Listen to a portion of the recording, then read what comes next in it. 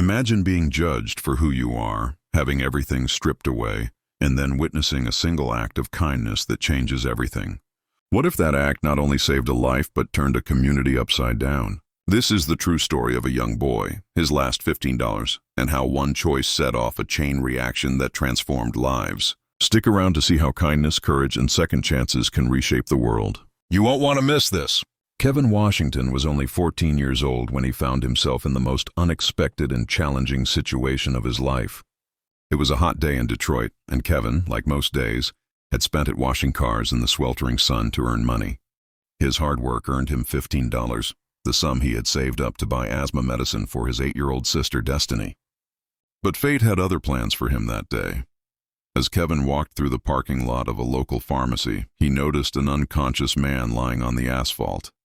The man was a biker, a member of the notorious Hells Angels, and appeared to be having a heart attack. His face was purple from lack of air, and his lips were turning blue. Kevin recognized the signs. He had seen his own grandfather suffer a similar fate before he passed away. Despite the biker's rough exterior, Kevin did not hesitate. He knelt beside the man and assessed the situation. The man, struggling to breathe, weakly told Kevin that he needed his medicine, and Kevin, without a second thought, began searching through the biker's pockets. He found an empty nitroglycerin bottle and heard the man whisper that he needed aspirin. Kevin rushed to the pharmacy and pleaded with the manager to sell him the medicine. But the manager, who had little sympathy, refused. "I don't sell anything to minors," he said coldly. Kevin, however, was not deterred. With no other choice, he placed the $15 on the counter and bought a bottle of aspirin. The manager barely acknowledged the transaction, taking the money without offering any change. Running back to the biker, Kevin broke 2 aspirin tablets and put them in the man's mouth, urging him to chew them. For what felt like an eternity, Kevin held the man's head in his hands, comforting him and trying to keep him conscious. People passed by, some casting judgmental glances, while others filmed the scene, likely anticipating the worst to share on social media. But Kevin's focus remained on the biker. After what seemed like hours, an ambulance arrived, and the paramedics were stunned when they learned that Kevin had given the man aspirin. "You saved this man's life," one of the paramedics said, confirming what Kevin had already felt. The biker, whose name was Razor, grabbed Kevin's hand as he was carried away. "I won't forget you, kid," Razor whispered. When the ambulance left, Kevin stood in the parking lot, feeling both victorious and empty. He had just saved a life, but he had also used the $15 that was meant for Destiny's medicine. Walking home, he worried about what he would tell his mother. He had done the right thing, but at what cost? As Kevin entered his apartment, the familiar sound of Destiny struggling to breathe greeted him. His heart sank as he rushed to her side. His mother, Tracy, was trying her best to calm the little girl, but it was clear that Destiny needed her medication urgently. Tracy asked Kevin about the medicine, and he sheepishly explained that he had used the money to save a man's life. Tracy, despite her exhaustion from a double shift at the hospital, remained calm. She knew Kevin had a good heart, but she also understood the harsh realities of their situation. Tracy took Kevin and Destiny to the hospital where she worked, hoping to get a free sample of the medication. But things didn't go as planned. The head nurse, Sandra, was unsympathetic to their plight. When Tracy explained their situation, Sandra dismissed her, stating that the hospital wasn't a charity. Kevin, frustrated by the injustice, pulled out the $2.50 he had left from his pockets and asked if it would be enough. Sandra laughed mockingly, dismissing him as a mere beggar. Kevin, however, wasn't one to back down. He stood up to Sandra and, with a smirk, told her that someone had filmed him saving the biker's life. "Would you like to see the video?" he asked, holding up his phone. Sandra, embarrassed, didn't respond, and Kevin's words left her speechless. As Tracy and Kevin were about to leave, Dr. Mitchell, a kind-hearted black doctor who had been passing by, overheard the conversation. He intervened and administered the necessary medication to Destiny. Dr. Mitchell, hearing about Kevin's act of bravery, reprimanded Sandra for judging the boy and his family. "He saved a life and you're looking down on him," Dr. Mitchell said, before turning away with a look of disgust. Later that night, Tracy revealed something to Kevin that changed everything. She told him the truth about his father, Marcus Washington, a paramedic who had died when Kevin was just 2 years old. Marcus had died saving a family in a car accident, diving into a river to pull a child from a sinking car. Tracy explained that Kevin had inherited his father's sense of duty to help others, even at the cost of personal sacrifice. The next few days were a blur for Kevin, but little did he know. Razor's whispered words to the paramedics had set a series of events in motion. A group of 100 bikers from Hell's Angels, led by Razor, would soon arrive at Kevin's door with a gift that would change his life forever. Razor's gratitude was not only for Kevin's courage, but also for the kindness he had shown a complete stranger. Kevin had saved a life, and in return, the bikers brought a gift that would help Destiny get the medication she needed. Razor had connections, and he made sure Kevin's family was taken care of, ensuring they would never have to face the same hardships again. Kevin's life changed that day, not because of the biker's gift, but because of the lesson he learned about the power of kindness. His act of helping someone in need, even a criminal like Razor, led to a chain of events that brought unexpected blessings to his family. Kevin's story is a reminder that even the smallest acts of kindness can change the world. It was a powerful lesson that Kevin would carry with him for the rest of his life, one that would guide him just as his father's legacy had done before him. Kevin Washington had no idea how much his life would change when he saved the life of a man named Razor, a Hell's Angels biker with a simple act of kindness. All he had to do was use the last of his money to buy aspirin for a dying man, despite needing it for his sister's asthma medication. What began as a moment of life-saving action would unfold into a series of events that would forever alter Kevin's family's life. That night, after the dramatic events in the parking lot, Kevin lay awake, staring at a photograph of his father, Marcus Washington, a paramedic who had died saving a child in a car accident when Kevin was only 2 years old. Destiny, his little sister, was in the next room, breathing easily now, thanks to the medication Kevin had promised to buy. But despite the relief, Kevin still felt uncertain about his decision to use his last $15 to save a stranger's life. At 2 a.m., the phone rang. Tracy, Kevin's mother, answered the call sleepily. On the other end, a man named Cole introduced himself as a friend of the man Kevin had saved earlier that day.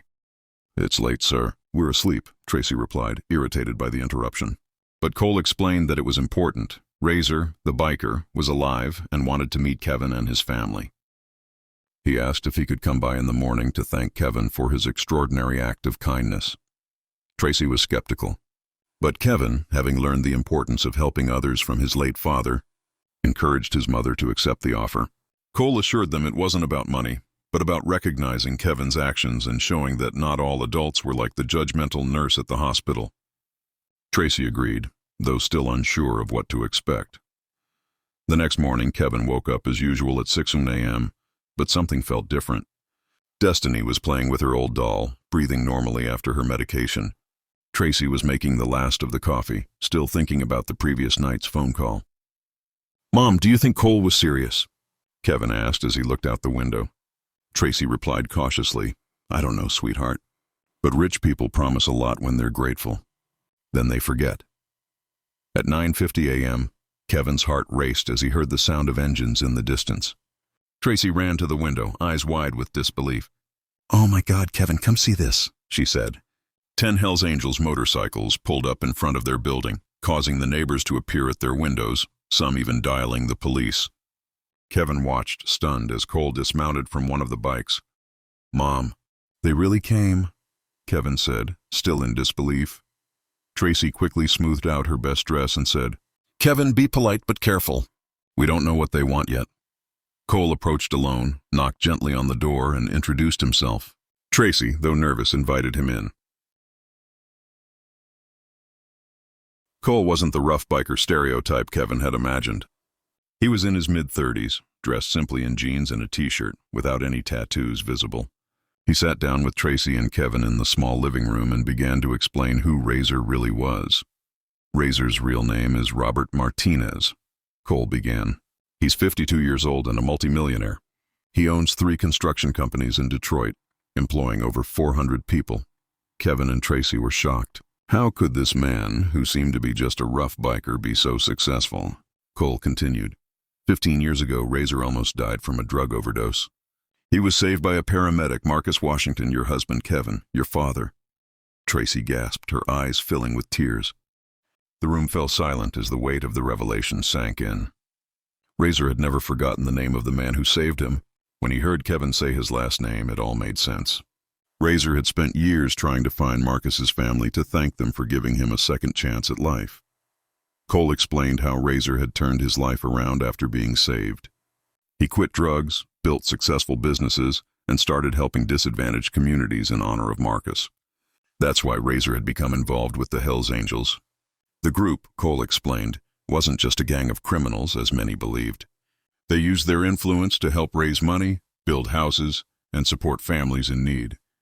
The media had created a false image of the group as a criminal organization, but they were, in fact, businessmen, mechanics, teachers, people doing good in the world. Kevin was stunned. He had no idea that the Hells Angels had such a positive side to them. He glanced out the window where he could see the bikers organizing something on the street. "What are they doing down there?" he asked. Cole smiled. "Before I show you that, I need to tell you something about the hospital," he said. "Dr. Mitchell called Razor and told him about Nurse Sandra, how she treated your family." Razor was furious. Tracy's expression darkened. "That woman," she muttered. Cole showed them a photo of Sandra getting into a brand new BMW. "She makes $120,000 a year," Cole explained. "She lives in a mansion in West Bloomfield. But last night, she posted on Facebook, claiming that people like you fake emergencies to get free medicine. She specifically mocked your family, calling Kevin's story a lie." Kevin's anger flared. Sandra had humiliated his family, not just in person but online. Cole revealed that Sandra had a history of racial discrimination complaints, all of which had been dismissed due to her connections in the hospital's management. "Razor wants to do something about it, but he needs your permission," Cole said. Tracy was cautious. "What kind of something?" Cole's plan was simple yet devastating. He wanted to expose Sandra for what she truly was. Tracy hesitated but agreed on the condition that there be no violence or threats. "Word of honor," Cole assured her. Minutes later, the bikers began to move. First came Razor, who was still recovering from his health issues but moved slowly toward Kevin. When he saw Kevin, his eyes filled with tears. "Kevin Washington, son of the man who saved my life," he said, embracing him warmly. Razor turned to Tracy and said, "Mrs. Washington, your husband gave me a second chance 15 years ago. Now I want to repay that to your family." Razor's promise to repay the kindness that had saved his life would change Kevin and Tracy's lives forever. Kevin Washington's life had already changed drastically after he saved the life of a Hells Angels biker named Razor. His simple act of kindness, driven by his strong moral compass, had far-reaching effects, none of which Kevin could have anticipated. What started with the saving of a life turned into a series of extraordinary events that would redefine Kevin's future and that of his family. It was a moment that proved the power of kindness, the ripple effect of compassion, and the strength of a family bound by love and integrity. After Razor's initial visit to Kevin's home with his bikers, the gifts that followed were more than material possessions. They represented an entire change in trajectory for the Washington family. The Hells Angels had arrived in full force, not only bringing clothes for Kevin and Destiny, but also a year's supply of asthma medication for Destiny, money for rent and food, and an offer of something much more substantial, a chance at a better future. Razor's words were filled with admiration and purpose. "Kevin, your act yesterday reminded me why I started helping people. You have the same heart as your father." One biker, Maria, an experienced nurse, approached Tracy and expressed her disdain for Sandra, the nurse who had humiliated Kevin and his family at the hospital. "I've been a nurse for 25 years, Maria said. "I know Sandra.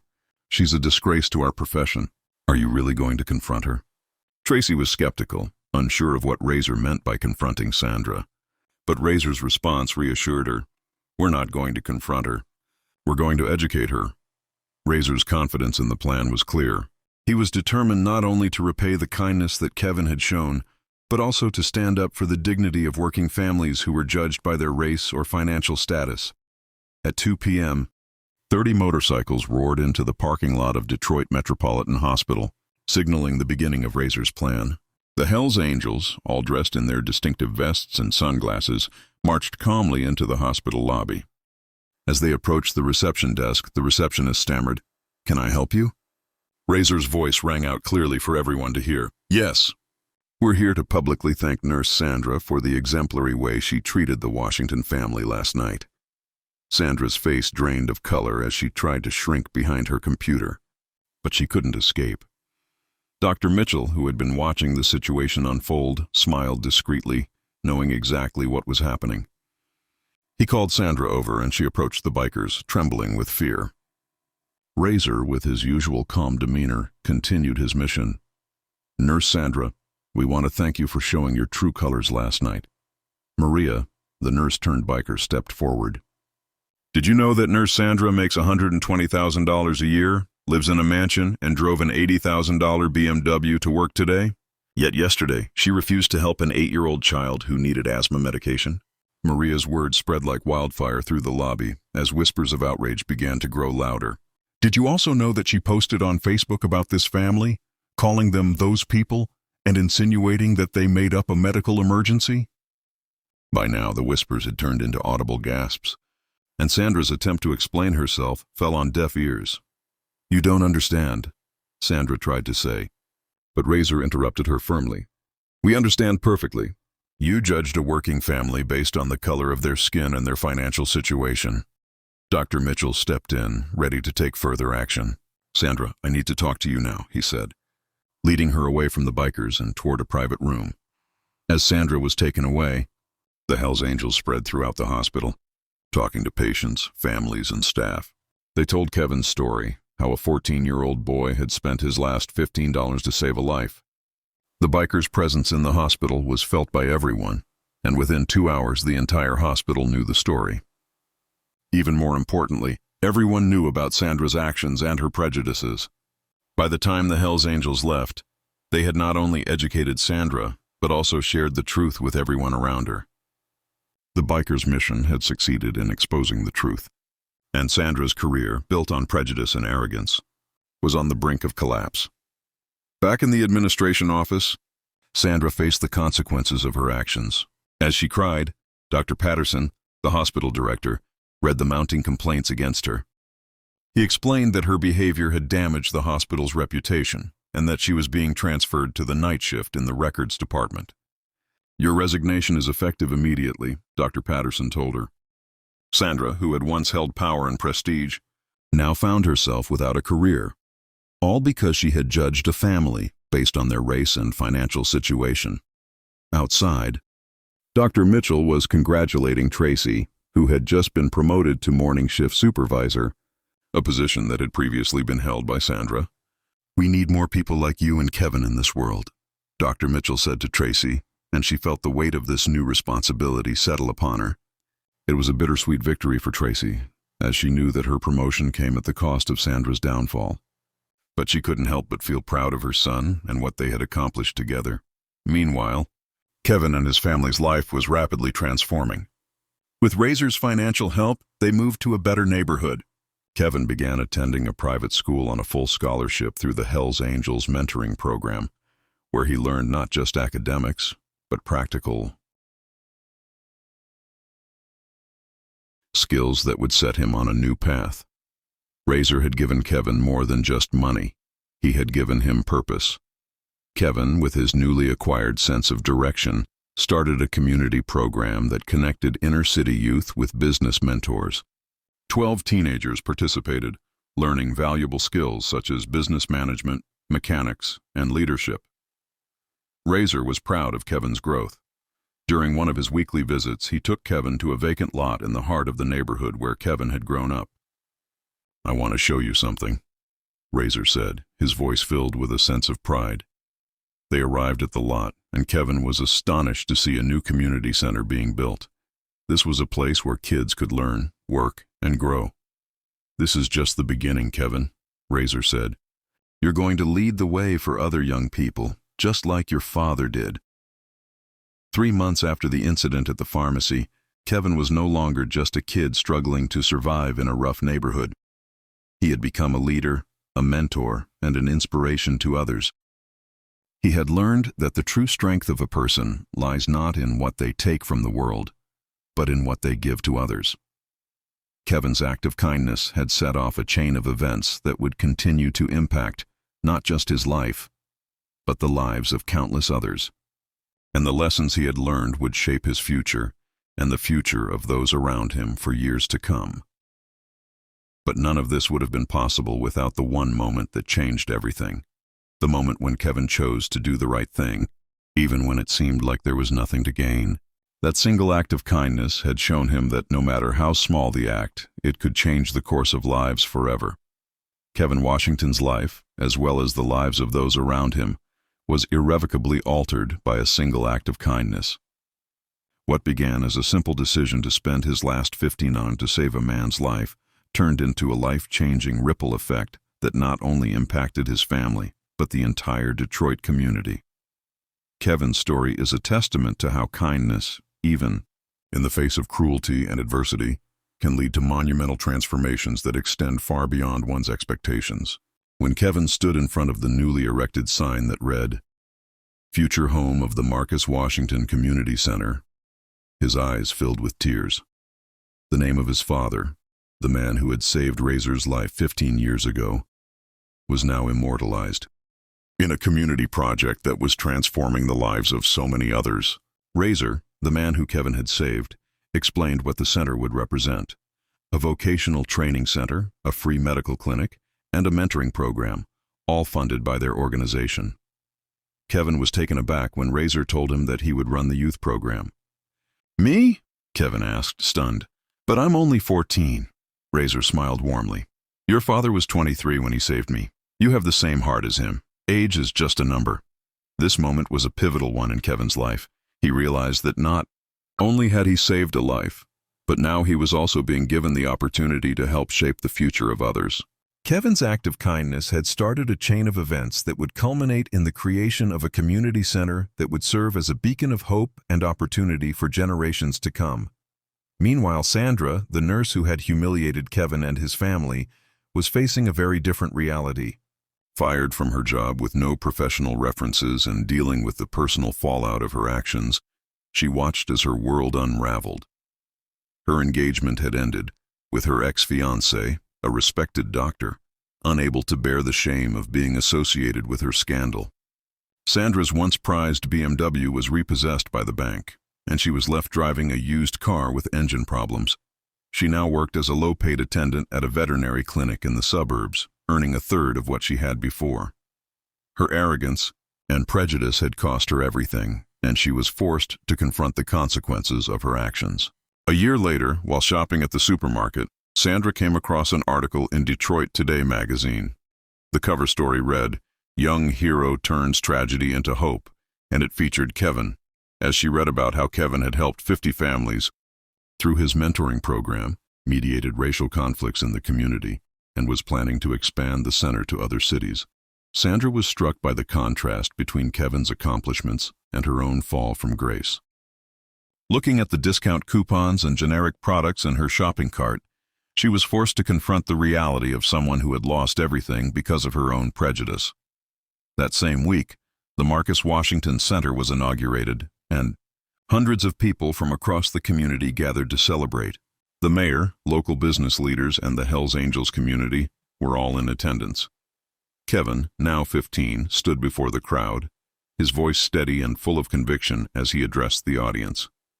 "My father saved Razor's life 15 years ago without knowing who he was," Kevin began. "Razor taught me that kindness creates ripples that spread forever. This center is proof that when we choose to see people, not prejudices, we can change the world." As the audience applauded, Kevin spotted Dr. Mitchell in the crowd, clapping alongside Tracy, now the hospital's director of nursing. Destiny, free from the burden of asthma attacks, waved proudly to her brother from the crowd. Razor, who had played a significant role in Kevin's growth, approached the microphone with a smile. "Kevin Washington is proof that heroes don't wear capes, they wear courage, and sometimes they spend their last $15 to save strangers." The crowd erupted in applause, and the sense of unity and pride was palpable. After the ceremony, as the crowd dispersed, a familiar figure approached Kevin. It was Sandra, her appearance now drastically different, thin, with prematurely gray hair and simple clothing. "Kevin, I wanted to apologize," she said, her voice trembling. Kevin recognized her instantly and remembered the harsh words she had spoken to him and his mother in the hospital. But now, Sandra was no longer the same woman. She stood before him, humbled and broken, acknowledging the cruelty she had inflicted on his family. "Former nurse?" Sandra corrected herself, embarrassed. "I lost my job. I lost everything and I deserved it." Kevin studied her face, noticing the genuine regret in her eyes. He responded simply, "Thank you for apologizing, Sandra." "It means a lot." Sandra began to cry, overwhelmed by the weight of her actions. "I was so prejudiced, so cruel," she said. "You are incredible people, and I judged you by the color of your skin and your financial situation." Kevin, always one to show compassion, looked at her with understanding. "My mother always says that people can change. If you've truly changed, maybe we can help you." Sandra was stunned by his words. "After everything I've done," she whispered. Kevin's father, Marcus, had saved Razor's life when he was at rock bottom, and it had transformed Razor's life. Now Kevin was offering the same opportunity for transformation to Sandra. "Second chances transform lives," Kevin said with conviction. He called Cole, who had become his mentor, and asked him to help Sandra. "Sandra needs a job," Kevin explained. "She has medical experience, maybe at the community center." Cole hesitated but saw the determination in Kevin's eyes. "Sandra, are you willing to volunteer first to prove you've changed?" he asked. Sandra, her voice barely above a whisper, nodded. "Yes, anything." 6 months later, Sandra was working as a volunteer nurse at the center's free clinic, providing care to the very families she had once despised. Each day was a lesson in humility, and she worked tirelessly to make amends for her past mistakes. Kevin watched through the window one afternoon as Sandra carefully administered a vaccine to a young black child, talking to the child softly and showing the kind of kindness she had learned through her own downfall. "She's really changed," Tracy commented as she joined Kevin at the window. Kevin nodded, a knowing look in his eyes. "People can change, Mom. My dad believed that. Razor proved it. And now Sandra is proving it too." Through his journey, Kevin had learned something that few people understand so young. True strength doesn't lie in destroying your enemies, but in turning them into allies through the power of second chances. The prejudice that had nearly destroyed his family had, in the end, become the catalyst for a transformation that touched hundreds of lives. Sandra, who had once represented everything wrong with the system, was now working to fix it. And somewhere, Kevin knew, his father Marcus was smiling down on him, proud of the young man he had become. 2 years later, at just 16, Kevin stood on stage at Detroit's Masonic Theater, receiving the National Young Hero Award from the governor of Michigan. "Kevin taught us that heroes aren't born in mansions," the governor said. "They grow up in small apartments with big hearts." In the front row, Tracy wept with pride as Destiny, now healthy and breathing freely, beamed with joy. Kevin's story had come full circle. He had learned the most powerful lesson of all, that true greatness isn't about defeating enemies, but about transforming hearts. The best revenge is not destroying those who hurt you, but turning pain into purpose and hatred into an opportunity to build a better world. Kevin had truly become a hero, not because he had saved a life, but because he had created a revolution of kindness. If this story inspired you and touched your heart, make sure to hit that like button and subscribe for more powerful stories that prove kindness is the most powerful force in the world. Share this video with others who need a reminder that even in the face of cruelty, compassion can change everything. Thanks for watching, and we'll see you in the next one.